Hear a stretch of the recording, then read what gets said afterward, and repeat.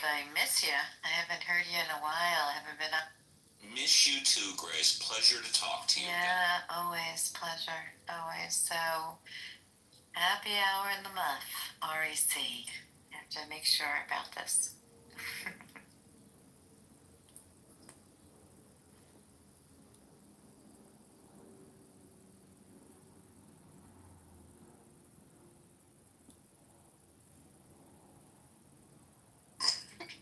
Serendipity ED.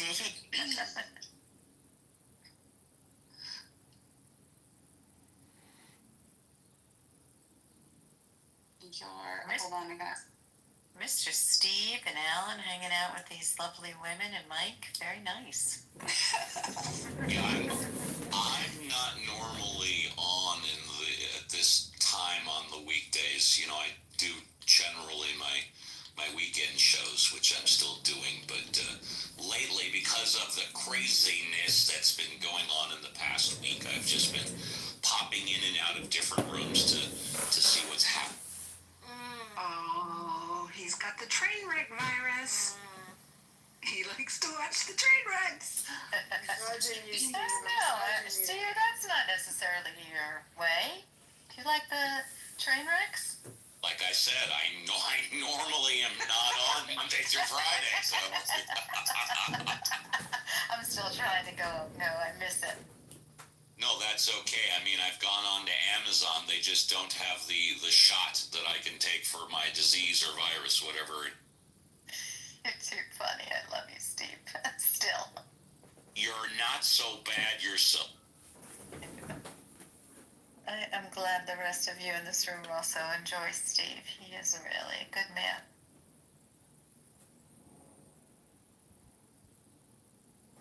Steve does have great spaces. By the way, a little birdie told me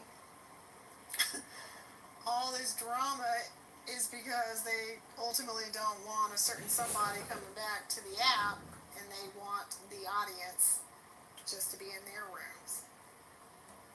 Can you believe that serendipity? It's manufactured.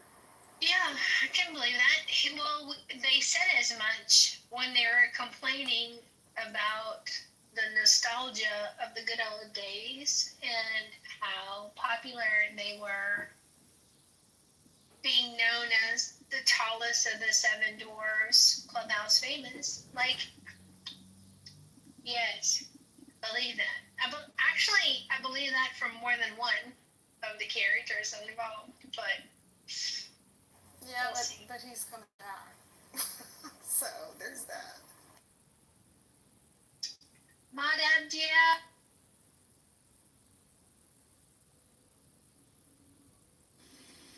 Are we talking about Cardano? Oh no. Beetlejuice. You guys are too funny.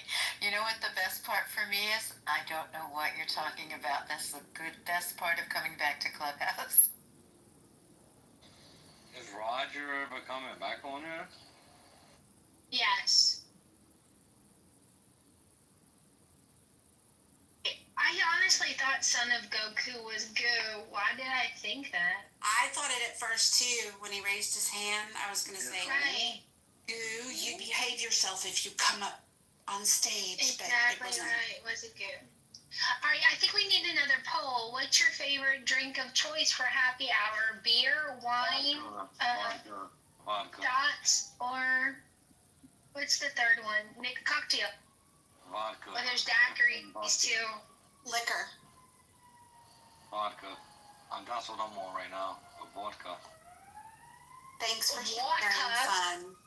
Thanks for sharing, son. We all notice you, okay? Everybody give son a little pat on the head. Let him know that you know he... Fondue and lightning. And baby say.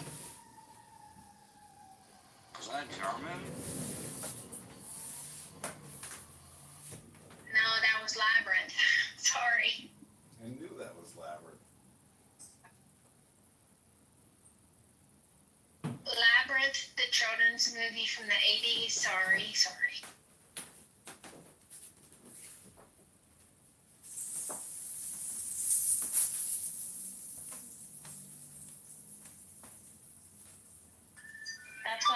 very noisy here, but I just wanted to let you know that's one of my favorite movies in the whole world. Of course, and then The Princess Bride and The Last Unicorn, and sometimes Never Ending Story, but mainly Legend. Labyrinth, Princess Bride, And Dark. Oh my Dark gosh, you guys Crystal. are dating us. Stop it. Dark You talking about Crystals was Princess Bride? nightmarish. You talking about Yes. Princess Bride with what's her name? Inconceivable. No, There's Princess Bride from the 2000s. there's so many quotes from The Princess Bride that I don't even think people realize that. Inconceivable. You talking about Why do you always Princess use Bride that with- word? with I Anne don't Hathaway? think I could. Not Anne Hathaway. Come on, Robin Givens. Stop. It's not Robin Givens either. It's Robin someone. Robin someone. I didn't Yes. know there was like Yes. an older Princess Bride. That's crazy. There is only one Princess Bride. There's only one I don't that know I what we're know doing. of, and it's the one. Andre the Giant. Billy Like- Crystal, remember he was in it. Right. And also Carol Kane? Carol. Yes. Yeah. she was in Yes. it. Mandy Patinkin. Mad Max, Mandy Patinkin, Gary Yules. We had the best cast for that movie. They really were very amazing. Carrie, how do you say his last name? Elvis? You, Eloise? I thought it was Elvis. Yules, but okay. Yules? That's not okay. I don't know, it's a good question. I don't know how to pronounce it. I don't think anyone around here cares about how to pronounce shit anyway. The other day, what was the word everyone? Oh, Euro. Oh my god, I finally had to leave the room. I couldn't handle it anymore. I was like exploding on the inside. You Well, said people were Euro? saying how they pronounced it, Yeah, and then yeah. we clarified how it's really pronounced for the room, and nobody cared. They Is it- continued pronouncing it atrociously for the whole rest of the next hour, and it really freaked me out. I couldn't handle it. I just left the room. I'm a word snob too.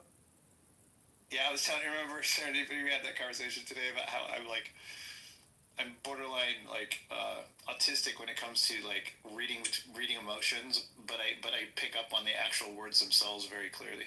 Yeah. Listening comprehension, I'm pretty high on that as well. And so for me, like when people pronounce things incorrectly, if they don't know any better, that's one thing. But if they know better and they continue to do it, it really freaks me out. I can't handle it. I just leave. I don't fight the issue. We had people calling it gyros, which is probably the least offensive of all of them. Gyros, which is probably the most offensive. I don't know what else what they were calling them. I don't know. And we corrected that it's Ye-Rose. Ye-Rose, basically, is what it is. And nobody cared. I mean, we corrected it and everybody kept saying it wrong anyway. Yeah. Go figure. Well, Have you you only seen have to have room. the Key? Have you seen the Key and Peele sketch with the substitute teacher Yes. pulling off the name? Yes, that's what it reminds me of. Hey, Ron, are you here? Hey, Ron. Hey, Ron. I do love that sketch. I think without a doubt the best skit this past season is on Saturday Night Live. They did it a couple of times where you've got the people in two different cars and they're doing hand signals while they're talking. Have any of you seen that or no? We have not seen that. I have not. I haven't either. It is I want it is to. it is amazing. It is so funny. Yep. You know, of course, Who's this in is the 50th. Who's in What? it? Who's in it to YouTube? How would I find it on YouTube? They're just the regular Saturday night players. They don't put a and I don't even know what it would be called, but they're in two cars right next to each other, like they're stopped at a light for 5 minutes, and they're getting angry and yelling at each other, but of course their windows are up, so they're doing hand signals and they're it's hilarious. I'll see if I could get you the name of it. I'll see if I Yeah, I'd like to know. Man, this is tangent to that. I was driving in Atlanta on Roswell Road for serendipity's purposes of placing it in your brain. Many years years ago, and I had my window down, and some guy was driving like an idiot, and I flipped him off, and he whipped his car up next to mine on the left. So he's driving, basically he's aligned with me on the left, and he rolled down his passenger window that was between me and him, basically. And he took this hot coffee, a large grande coffee, and he freaking hucked it across the inside of his car, like straight at me. So it went through his car, through his passenger window, between our cars, and then it hits my window, and the bottom of it hit the edge of my window, and the cup went spinning like a sprinkler in my car. Blowing hot coffee through my entire car. I had coffee in the back window. I had coffee in the area, in the slots where the seatbelt goes in. I had coffee all over, of course, myself. Every corner of that car was filled with hot coffee. And I mean, he was a perfect shot. He could not have done it better. And I was like, motherfucker, right? And so I'm trying to see. I got his license plate. I called the cops immediately, and they said it was a stolen car, and there's nothing they could do about it. And the worst part of the whole thing was going home and then having to clean my fucking car for like 3 hours. I was so pissed off. It was the worst, dude. It's hard getting rid of that smell too. You know it seeped in through the door and everything. Yeah, it was milk. It was milk coffee. And it was a full cup. And when he hugged that thing, he held it upright and pushed. It's almost like he pushed it through his car at me, upright, and it went, through his car, out his window, between our cars, and the bottom of it hit like the back of my side window that I rolled down. Like it basically just tapped the back and then spun through my car as it freaking came in. And like he could not have done it better. It was so pissed off.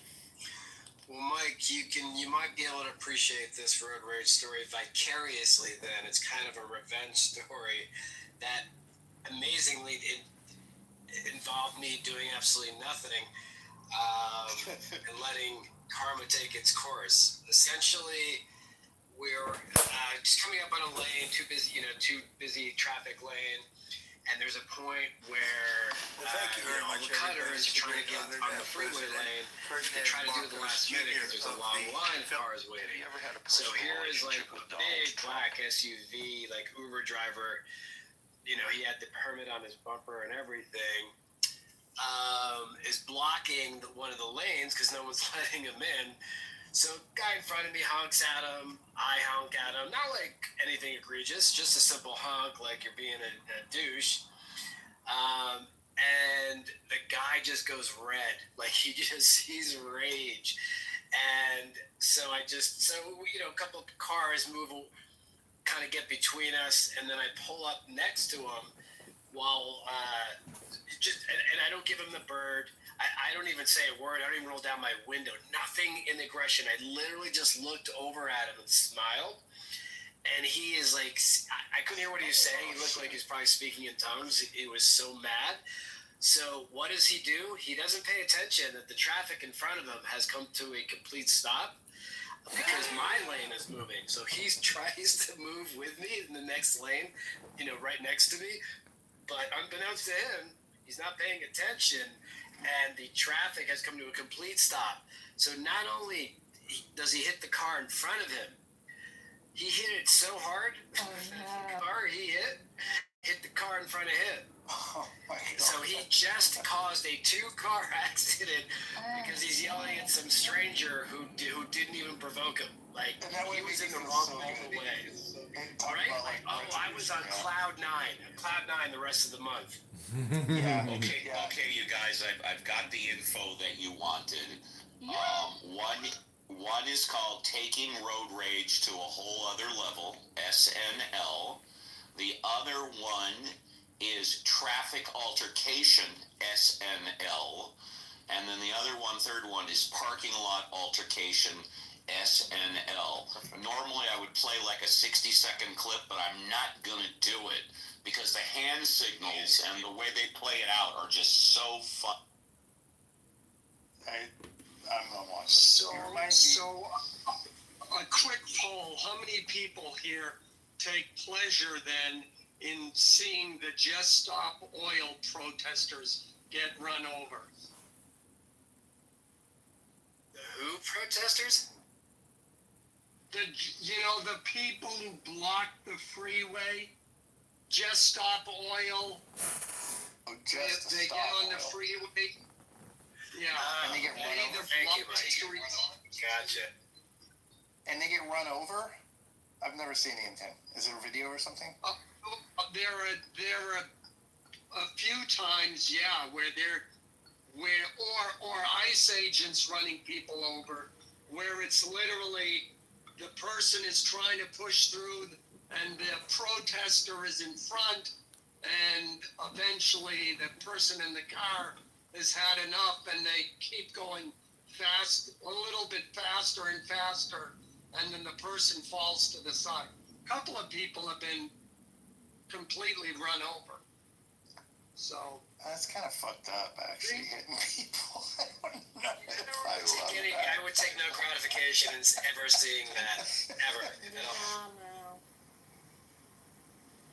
I will say one time. It's what you would never last in Boston. That's all I can say. Maybe You not. would not. No. Yeah, here's the deal. Like, I am routinely the guy that drives up to the last minute before I merge. Now, here's the deal. If you're gonna do it, you can't be a pussy about it. You have to fucking own it, which means two things. One, you find a space and get it in real time. You don't stop and expect them to let you in, because they're not gonna do it, right? That's number one. You find a space as you're proceeding to that last endpoint. If you fail to do that, and it's very rare when I fail to do it on my own, that means you gotta be quick, you gotta look for it, and you gotta hop in. I don't care what people think, right? If you're not able to do that, then you gotta eat it and fucking just go straight if you want to turn, or you gotta do whatever you gotta do. But you don't get to stop traffic for that shit. So if you're gonna play that game, you gotta own it and you gotta be good at it. Otherwise, stay the fuck out. Because I'll tell you what, you know what I mean? You can't be holding up traffic and expecting them to let you in. Fuck that. Mike, what you just described is the actual correct way to do it. Yeah, because it's zippering, which actually reduces traffic flow. But that's only if you're not an idiot and you stop and hold up your lane. You're supposed to use both lanes to the merge point. And everybody's argument is like, well, we all know it's going to one lane, so why don't we all get in that lane sooner? Well, if that's the case, they would have closed the lane that much sooner. Exactly. If they're supposed to get in line 5 miles ago, they would have closed it 5 miles ago. And that's because Americans are obsessed with queuing, is what it's called, right? So there's actually I think it was Malcolm Gladwell. I think it was on Revisionist History. I'm not sure. One of those podcasts, and he did an episode on queuing and how Brits are like really friendly about queuing, or how Americans queue, and we expect it. We expect to stand in line. We expect other people to honor the line. In England, they don't necessarily do that. They don't swear by lines quite as much. So they just kind of mob and get in quick or whatever. And so he did a test, and he found that technically, say that you had one drinking fountain and a big line of people, the fastest way for the most people to get a drink, just the most people, just the pure numbers game, is that every new person who arrives gets the first dibs at the drinking fountain, and the line waits whenever somebody new arrives. So instead of going to the end, you go to the very front and you get to drink. In the end of it, if you do that for an hour where random people are walking up and they're getting first dibs when they do, ultimately more people get a drink than if everybody stands in line one at a time. And so it's part of what you're describing there is actually like there's two different layouts to grocery store lines. Yes. Right? Or like a shopping store line. The places that do it well are places like Marshall's and Kohl's, where they have like 10 registers that all serve one singular line. Because if there's a holdup at one register, the line keeps moving. And this is the way like truncated phone systems operate as well. The ones at the grocery store that is one cashier, one line, is literally to keep you standing in line. So you look at all the dumb tchotchkes that you don't need. Oh, I need a lighter. Oh, I need AA batteries. Oh, I need a fucking People magazine. And maybe you make extra purchases. It's literally designed to keep you there longer. Oh, wow. Yeah. I mean, and to what I was saying about the other way of doing it, just imagine how shitty that would make everyone feel. Everyone would be pissed off. Nobody would let that happen, right? Where like the dude walks up randomly after you've been in line for 10 minutes and walks up to the front, takes a drink. Everybody get mad. That's exactly why the zipper merge doesn't work, because people's animal brain convinces them that someone is getting away with something that they shouldn't be, and they're getting more than they deserve, and they're getting more than you are because you were the conservative, reasonable person who got over early.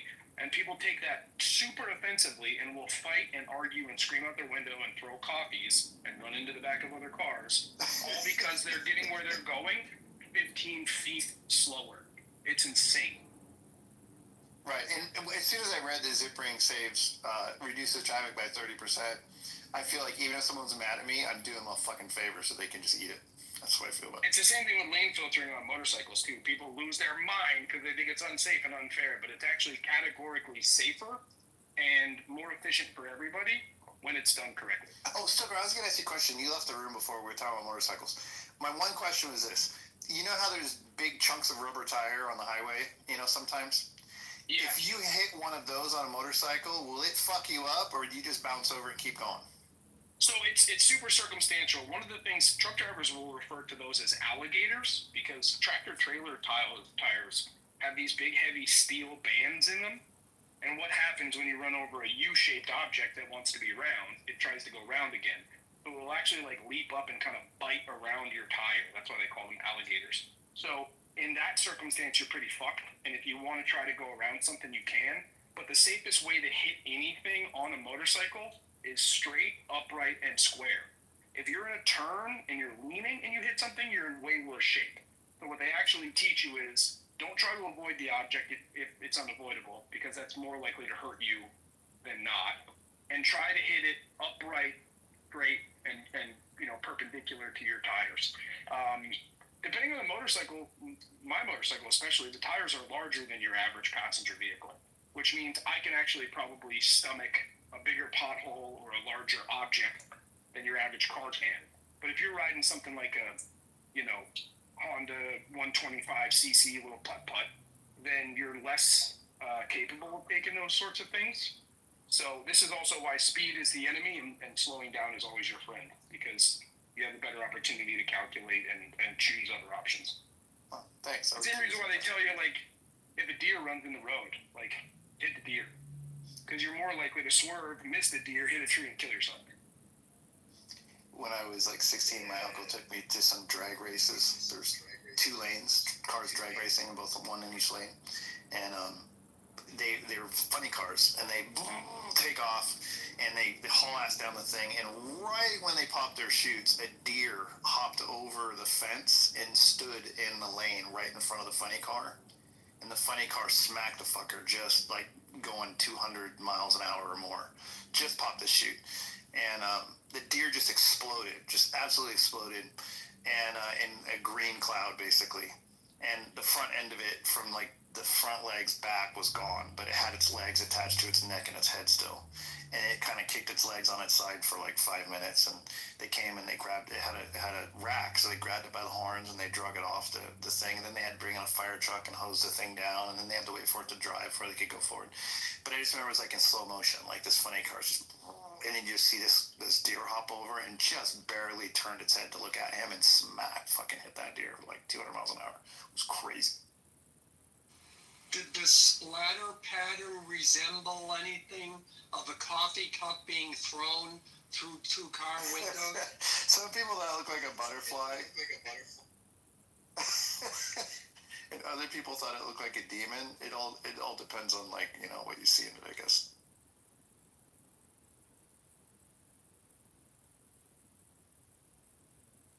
I would be looking at that coffee cup to figure out what Starbucks it was ordered from and see if I could figure out the name on the coffee cup, and then I would hang out around that time at the Starbucks. I'd go to jail. I'd probably go to jail. Oh, so fucking I mean, except I was for even the madder jail. when I was even madder. It was a lady cop when she arrived, and she said, "We already looked it up, and it's a stolen car. There's really nothing we can do about it. We won't be able to find him." That pissed me off. But it wasn't a more. stolen cop. I know. That's true. I didn't even think of it. I don't know. Maybe he did. I was so pissed off. I didn't even think about looking at the cup. If that cup said Steve on it, I would spend the next 5 days standing out in front of that Starbucks waiting and being like, "Is your name fucking Steve?"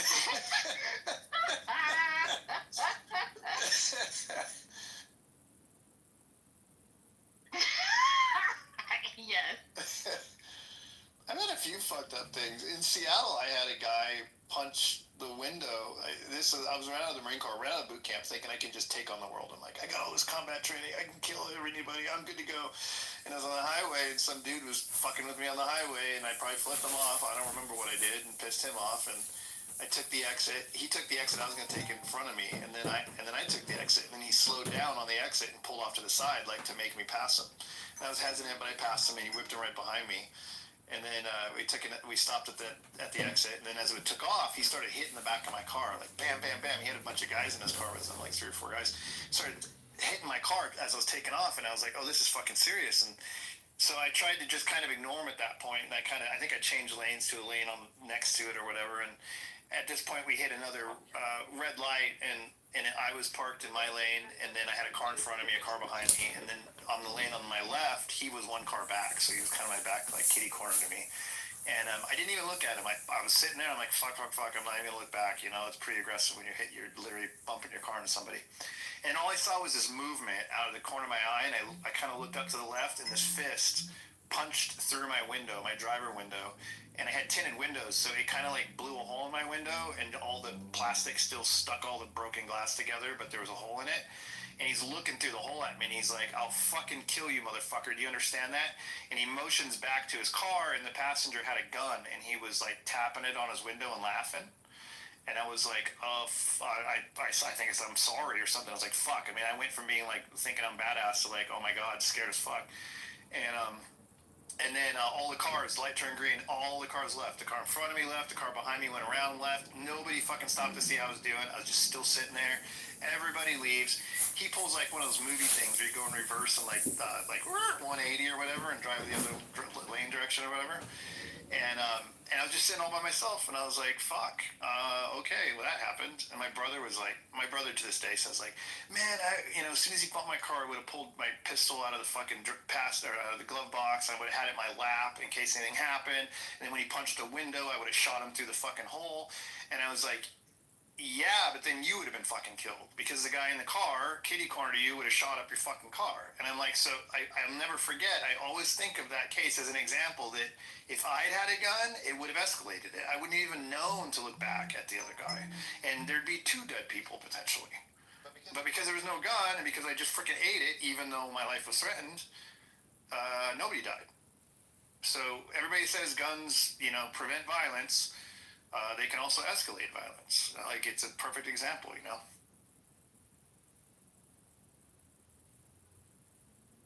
also a great example that not enough people have that experience in a way where, like, things could have gone really sideways, but they didn't go sideways, and that informs your decision making for the rest of forever, That took some bravado off of you and made you to be a little bit more analytical. There's so many people running around who haven't been smacked in the mouth or had a fist put through their window, and as a result, they still do that shit on a daily basis. Yeah, I really don't flip people off anymore. I really don't. I decided years ago, fuck, it's just not worth it. I just can't predict what people. There's a video that made national news a couple years ago of a couple, a husband and a wife, shoveling snow in front of their house, and they're giving shit to the neighbor because the neighbor's bitching, you're throwing snow in my, in my parking spot or whatever the dispute was. They're arguing, and they're arguing. The guy comes out of the house with a gun, and the husband says, like, oh, what are you gonna do with that? And he shoots and kills him right in the middle of the street. And he shoots and kills the wife. And this is all like on their home security cameras. And then the guy goes in his house and blows his own brains out. And like, that makes you realize, like, you don't know how bad of a day or how crazy somebody might be. Like, somebody coming in front of you at Chick-fil-A, or, you're like, I always try to think, like, I'm going to a fucking grocery store. You know what I mean? If somebody's shot and bleeding in the back of my car, then yeah, sure, whatever. But, like, I'm going to Walmart to buy fucking eggs. Like, nothing that can happen on the road is worth that kind of beef, that kind of bullshit. Yeah, especially nowadays. John Kitover, you want to come up? Are you going to bless us? Are you going to grace us with your crazy self? Well, I'd like to read a poem, if I may.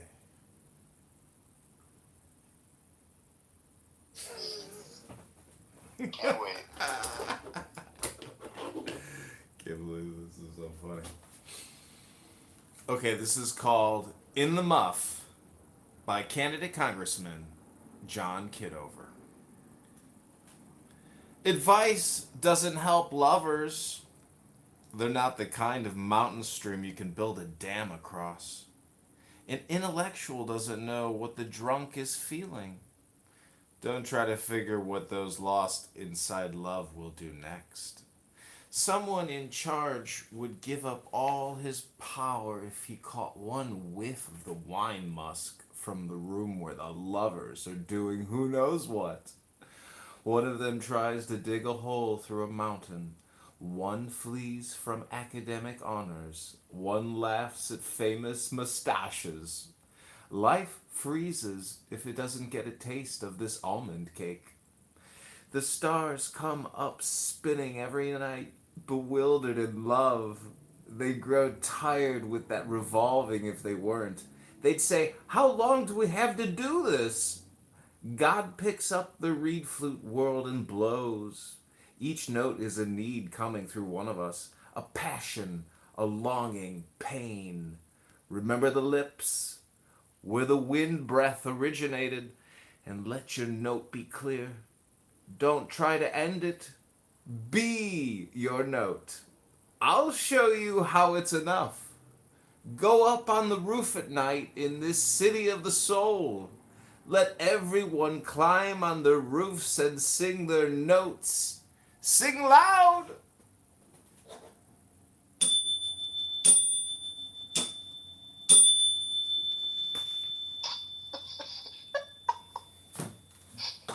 It made me horny, John. Thanks for that.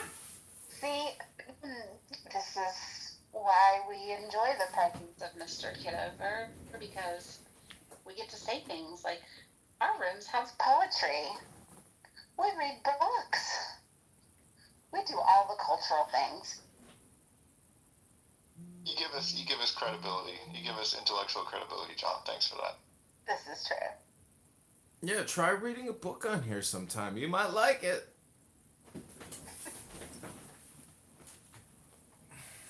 Oh my goodness. Oh, God, you're doing good.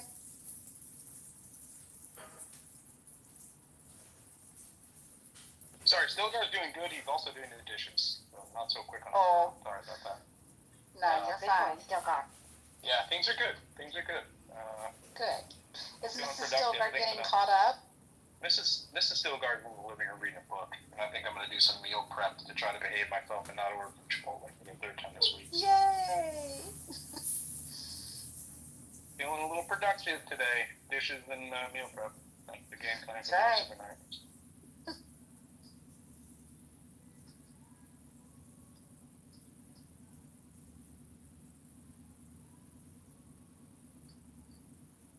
I still say they're the cutest couple on Clubhouse. Okay, not really on Clubhouse, but she's not on Clubhouse, but I just love hearing him talk about Mrs. Stilgar.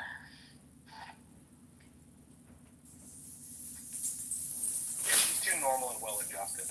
If you were to offer, like, hey, do you want to get on the internet and talk to strangers? You'd be like, absolutely not. Oh yeah, my wife would never in a million fucking years be interested in this. That means we're all married to people better than ourselves. That part's definitely true for me. For sure. It's definitely true for me too.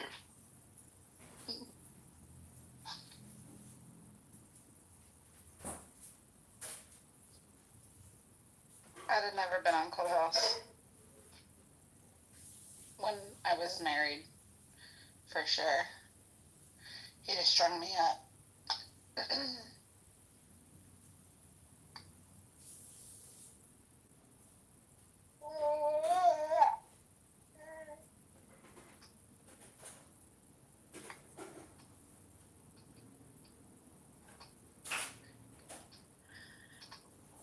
Well, for me, I was a stay-at-home mom.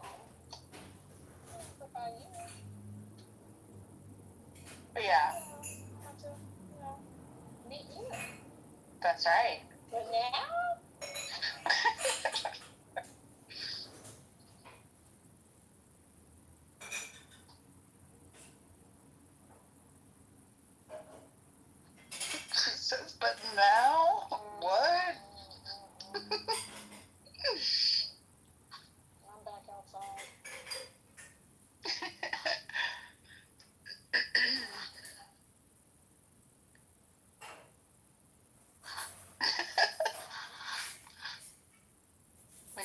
back in here? Sun was on one.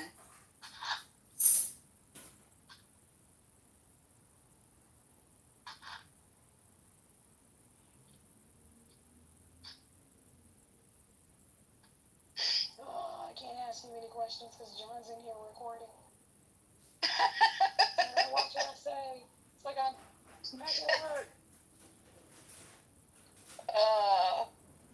You can wave at me when you. Oh, more. Give me 30 minutes. And Right. get into a private. Thanks, John.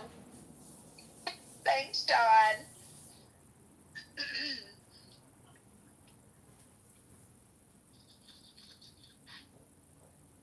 Oh. But in fairness, if it wasn't for John's recording, how would we ever memorialize this, anthropological oddity in time? He's making a record of history for all of our favors. Thank you, John. You're doing the Lord's work. That's all sarcasm. It's his art, Stilgar. I never thought of it like that. And you know what? You're right. Even though you may be being silly, I mean, you never know what's going to be valuable coming up,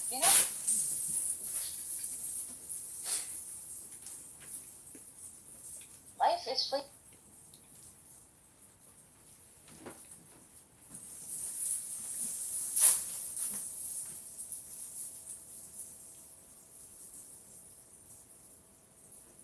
And I'm taking you guys in the shower with.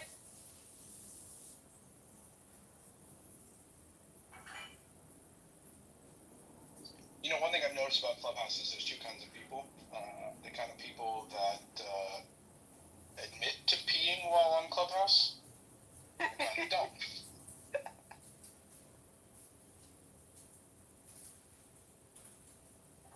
Which one are you? Oh, I admit it. I sit on the toilet on Clubhouse. You poop on Clubhouse sometimes still, right? Sometimes, yeah. It's tricky though, right? Because I don't want to do anything but wash my hands immediately after I'm done. I don't want to have to handle my phone. So then the worst case scenario is somebody calls on you and then you have to pretend you're doing the dishes.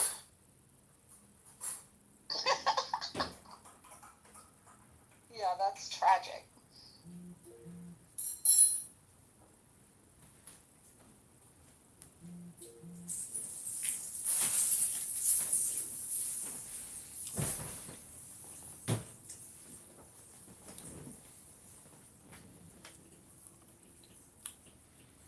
Yeah, if you haven't spent any time looking at my YouTube channel, there's a lot of videos on there, and there's a lot of accounts on there. But, you are probably in one of those shorts. This is probably true. Hey, Serendipity, I need to talk to you for 1 minute. We'll be Okay. All right.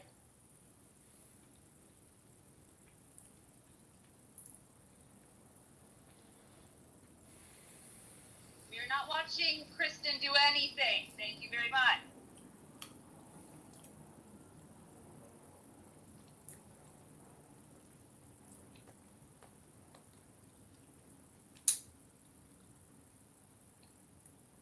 How many videos from Clubhouse do you have on YouTube, John? I'm not sure, but I've got over 20,000 videos up on YouTube and over 20,000 on Instagram.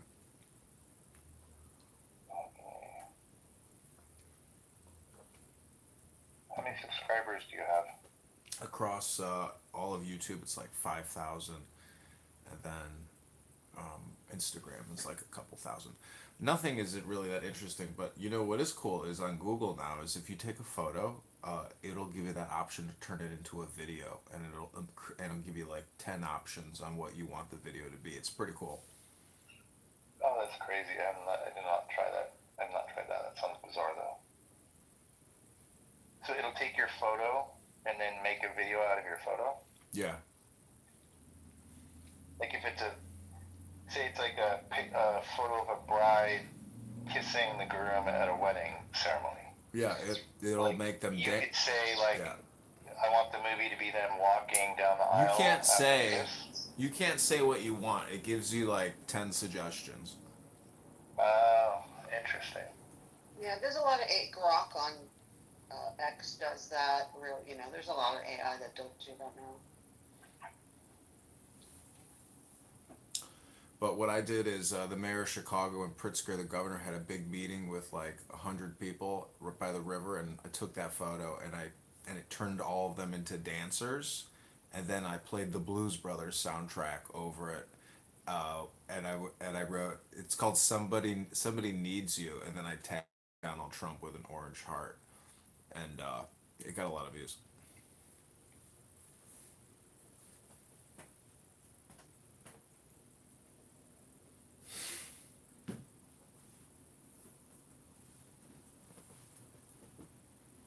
I think I'm gonna go play with that.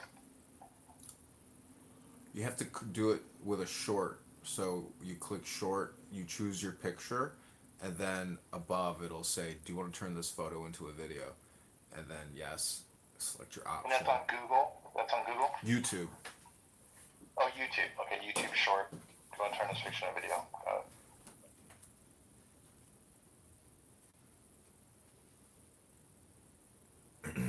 Okay, you want to hear one more poem from Rumi?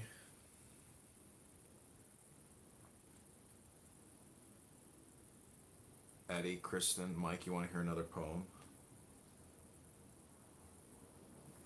Sure, go ahead. Yep. On the day I die, when I'm being carried toward the grave, don't weep. Don't say he's gone. He's gone. Death has nothing to do with going away. The sun sets and the moon sets, but they're not gone. Death is a coming together. The tomb looks like a prison, but it's really release into union. The human seed goes down in the ground like a bucket into the well where Joseph is. It grows and comes up full of some unimagined beauty. Your mouth closes here and immediately opens with a shout of joy there. When I see your face, the stones start spinning. You appear, all studying wonders. I lose my place. Water turns pearly. Fire dies down and doesn't destroy. In your presence, I don't want what I thought I wanted. Those 3 little hanging lamps. Inside your face, the ancient manuscripts seem like rusty mirrors. You breathe, new shapes appear, and the music of a desire is widespread as spring begins to move like a great wagon. Drive slowly. Some of us walking alongside are lame.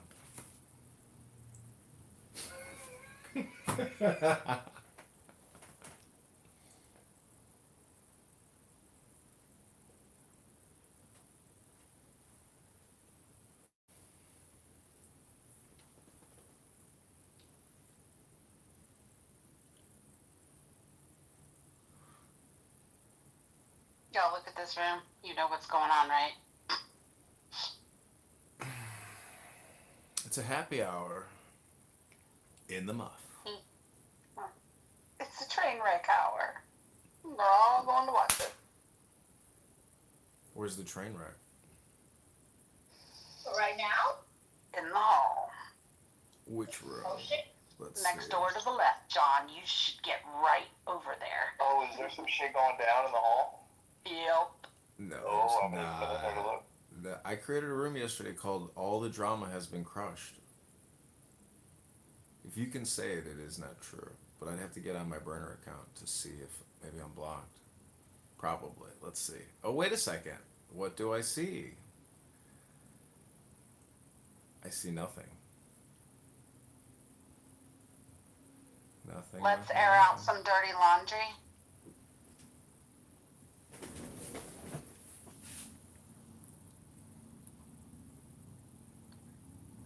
Yeah.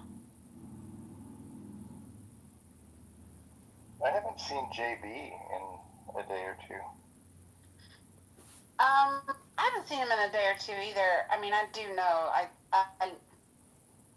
there's probably some intentionality behind that. I think that the smarter idea is to just not participate, you know? Oh yeah, for sure. So I think they're trying to do that. I'm trying to let it diffuse. Yeah.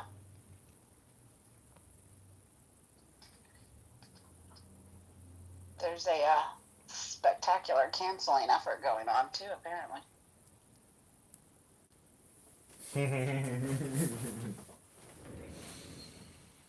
Well, my accounts have been clipped, deleted, terminated, censored more than anybody on this app, and all I can say is, here I am speaking and breathing, recording and clipping everyone on Clownhouse.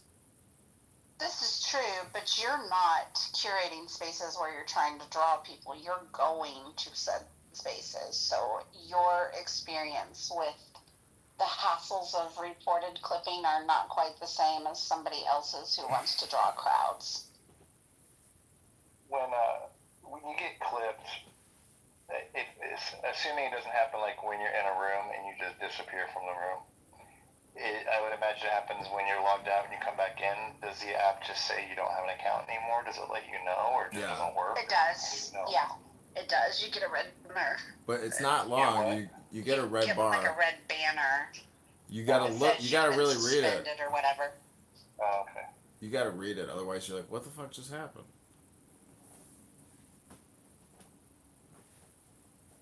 John, do you just own a bunch of iPhones? Is that what you No, they're all like $50 Motorola's, and they're 50 megapixels for $50, and then you just get a $15 1 month plan. Cancel, don't do the renewal, and then you got a phone, a $65 good phone that you can sit here and film with and live stream on. Because then it's just all Wi-Fi. You don't need cellular. Yeah. Well, how do you get the phone number to log into Clubhouse? It's a $15 a 1 month plan for 30 days. Oh, and then once you cancel it, the number just remains. Yeah, but you don't so even. You sign up with the number. Yeah, but I wouldn't even do that anymore. I'm not buying any more phones because now I can just get a new burner number for $1.99, so it's pointless. How many phones do you have? I don't know, 60 maybe. Are you fucking kidding me? Are they all laid out on a table and you just plugged in? No, I got these little. No, I got a cell phone rack. You can go on eBay and buy cell phone racks. And they're all running Clubhouse at the same time? No, I'm live streaming mostly to YouTube and X. The YouTube accounts again have over 20,000 videos, and there's a lot of Clubhouse videos. Like it is the de facto Clubhouse library from the past 5 years. There's nobody else. And you know what I found out in the state of Illinois? Anything that you record, that's your copyright. It doesn't go the other way around. Not in Illinois. So that's one interesting thing I uncovered while I was doing this podcast with this guy George, who runs the Prairie Report, this newspaper. So that was interesting because he was very upset that I live streamed the interview as well. But it goes both ways. So, he was like, there's nothing I can do that you live stream yourself. He's like, but you didn't ask me. I'm like, well, we didn't discuss anything and we didn't sign anything. So, we were on a Zoom call that you recorded. So you tell me, I can't infringe on your recording, but I also have 10 of the same recordings, so it is what it is. But people would have to spend a lot of money suing you to prove that there were damages, and there's really no damages for anybody on this app financially. So anyways, this is what I'm doing. I don't know. This is like my next level game of Clownhouse. I can't believe other people aren't doing it. I would love to see a John Kitover YouTube account or a John Kitover Clubhouse account, like somebody recording me and publishing me. Like that's when I know I'm like starting to optimize and automate what I'm doing, because that would mean I don't have to do. That means people are doing for me what I have to do for myself. There's only one John Kitover in the world, John. We don't need two of you. Well, if I had an assistant, a secretary or a videographer working for me, and filming a lot more, like it would be even more obnoxious. But it would be fun to have somebody doing that. You haven't figured out any way to monetize any of the content, right? For the most part. No, none of this is monetized on Google. None of the accounts are at the threshold yet. Well, not even a threshold, but to make some kind of product from clips of all the recordings that you have, the best of the best, or something, to make little like Yeah, animations. the product is the campaign. The ridiculousness of a fight in here, or something like that. The product is the campaign. That's the one big leap that's connected with my profiles, with my identity, because all of these recordings, are technically coming to Congress with me. So I've recorded every speaker, every topic under the sun. There's nothing that I have not heard which would be new, in the stupid book. So that's all I'm saying.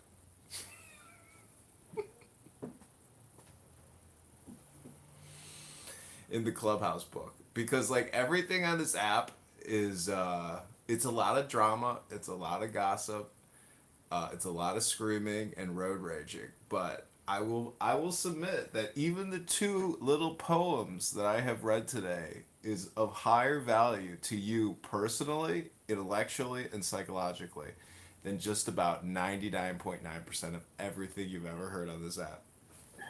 John, I still think you need to take like 15, 20-second clips of really crazy moments on here, and then somehow get AI to animate those with characters, like character-driven cartoons. Yeah, I tried that. Moments. I tried that. Yeah, It's I swear to God, you difficult. have to do it because it would. I know it would be entertaining to throw it on Instagram or definitely probably what you call TikTok. There's ways to manipulate the algorithm on YouTube. I have like some tricks, but I've done the things that I've done so many times, or what to me works best. But I'm going to this meetup here in Chicago at the end of the month with this Polish guy who has a very big X account, and he's friends with Elon Musk, and this former CEO of X, and he's putting together this like 1-day training seminar for marketing on X. So we'll see what he says. I'm sure he's going to have a lot of interesting things to say. He takes great photos with him holding signs at like key, basically, venues, cool places. He takes great photos. So, but I don't know. He works in politics. He goes to he works for campaigns, and it's all about money for some people. But I guess, eventually when you have influence or art power or star power, like, you get compensated for what you're doing. But I don't have any money to give this guy. You call it Clubhouse Clips, and you start off with a logo that says Clubhouse Clips, and then whoosh, with like a hand smacking it away or something. And then you go right to 2 people fighting on Clubhouse, like with Jazzy, like laying into somebody, and you animate her as like just a crazy black woman, and then you animate whatever is going on the other side of it. You go back and forth, and then it just ends, and the next one's like Clubhouse Clips, whoosh, again, and then it's a new one. Listen, people view videos. You get views only based off of keywords. Like, if there's not keywords attached to it, there's multiple variables that go into creating a video that will go viral in the algorithm. I can easily identify. Whatever content, whatever subject is. So it's people fighting about, I don't know, Israel. If it's Jews fighting with Hebrew Israelites or something, those are your keywords right there. Yeah, but crazy Jews fighting with Hebrew Israelites. That may or may not get rewarded. I mean, you'd have to go through my videos and sort by most popular, and then look at the titles and look at the videos and say, okay, there's a reason why these are better than the bottom tier ones that got no views. So that's one way to look at it.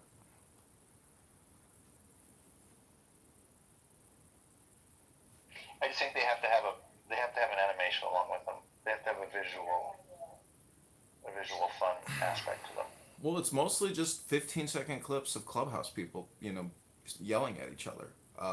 Politically Correct with Lisa and Patty and Dr. AG. Those rooms are so toxic and so crazy because there's so much profanity that, to me, they're my new gold standard in terms of, profanity and derogatory remarks and insanity. I don't know, you could spend some time on my YouTube and watch Politically Correct here on Clown House, and you can see the madness that is politically correct.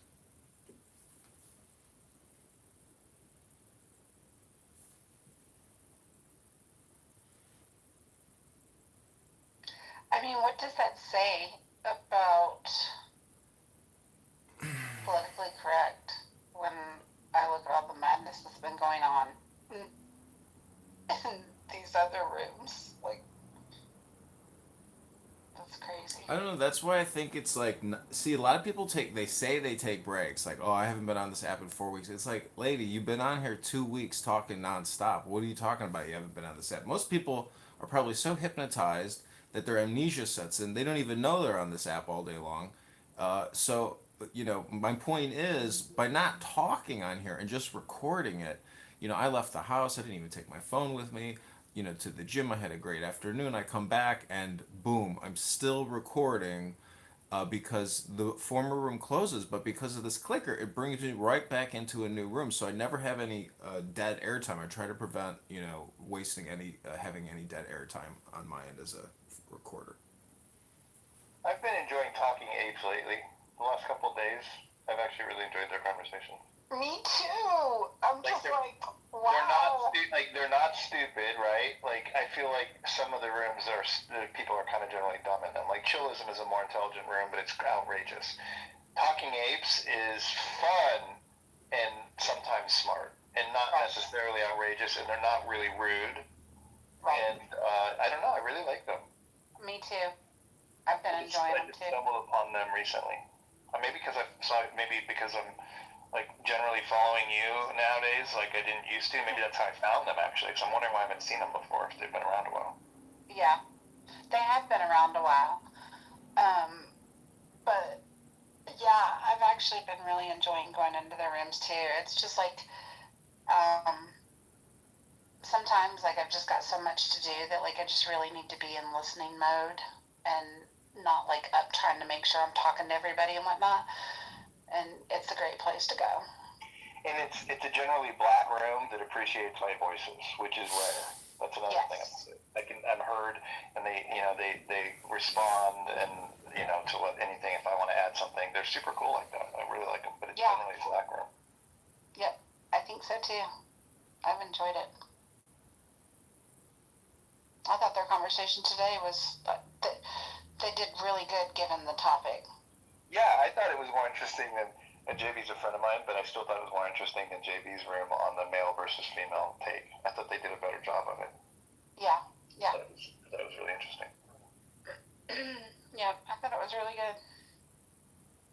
And they listen to reason, and they're influentiable. I don't know what that word is. Influenceable. Yep. It's not, they don't just stand in their ways and bark out bullshit and refuse to listen to people. Yeah. And each other. Like, they were, there were times where, like, they kind of took one position, but then you could kind of see as the conversation went on and more people spoke, like, you could actually see people kind of being like, well, yeah, okay, I see that. Totally. It's really unusual. That's what I noticed mostly about it today. That's the biggest thing I noticed about it was that was happening. I was like, oh, it's like, bing, like my ADHD, like, keyed into the fact that this is unusual. Well, this is the trend that I find very often. You know the Raven girl that was in there? Yeah. She's a Bollywood star. Oh, she is. Yeah. Oh, that's cool. Yeah. She is a Bollywood she's smart. star. She's fun. I like listening to her too. Yeah, she does like probably their equivalent to like daytime drama. She's done a couple movies, but yeah, she's got like over 1 million followers on Insta. Oh wow, that's crazy. Mhm.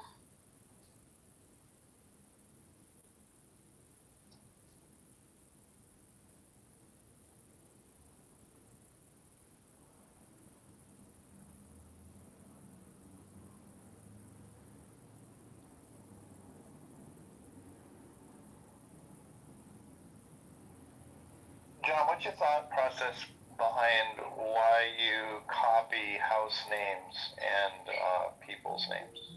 Yeah, what's up with that? Because I'm trying to point out the conditioning of Mojo or Roger Mayhem, because that's not a real person. So I'm trying to break and dehypnotize and decondition people by having some alternative spaces for people to reflect on why they're here, giving so much of themselves in conversation and communication. Why people are here, like as in this house? Clown House, yeah. Well, this house too. Because he's duped in the month before. Yeah, it's duped twice actually by him. Because Mojo asked that it be reported. See, you know, see, the thing is, somebody asked me, you know, are you the parasite or the host? And I said, That's a good question, Kizzer. That's a really good question. I wish I would have come up with that question for you. Because you're both. You're totally both. It is fitting. I told them, I said, those are Kitovers. see, this is a game, you know, and a lot of people, I just wish they could view what I'm doing as a compliment to what they're doing. And if they were to run with it as they have ran in the past, we run pretty fast, pretty far together, and having all these extra brains in this room essentially creates a nexus of sorts in this political campaign, which needs money and needs action and movement and mass communication. So this app and In the Muff could be extremely vital in terms of managing this campaign, because imagine if chillism became like an actual politically organized room and somebody in there ran for Congress or mayor. Like they could potentially politically get together and really organize it, you know, because having all these brains and all these fingers and all these cell phones, it's a massive brain. So that's really what you would hope to achieve in any political movement.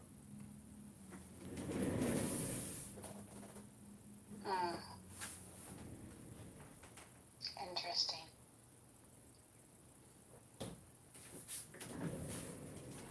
Yeah, it's all nodes and nexuses. I mean, that's the whole breakdown of the government and the chain of command from the commander in chief down to the congressional, you know, the senatorial, the judicial. Everything is like one huge, you know, giant network. But I'm saying in order to achieve a node in that network, having an app like this get organized and working together in a very intelligent way would be the ultimate goal of having a mass communication free telephone conference call app.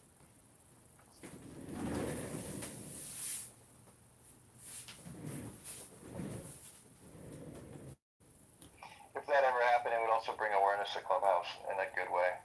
It's largely unknown outside of people who use it.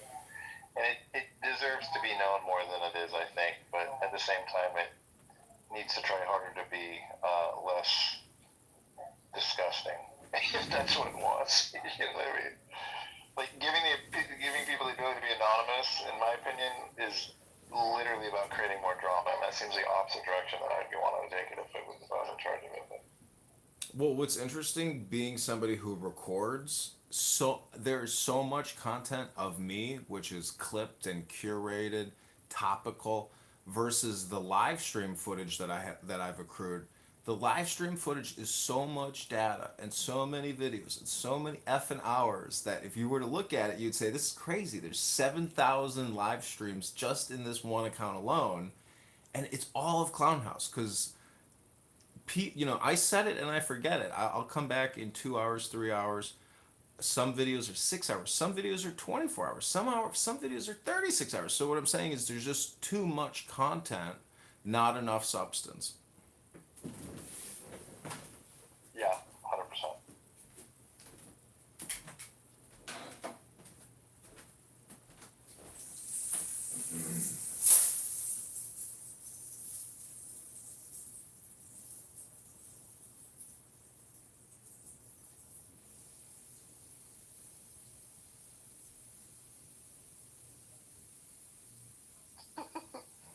That is true, Ron. That's very true. It's somebody from Clubhouse digging for something. Yep. Unless they're trying to find ammo. Yeah. I need some receipts.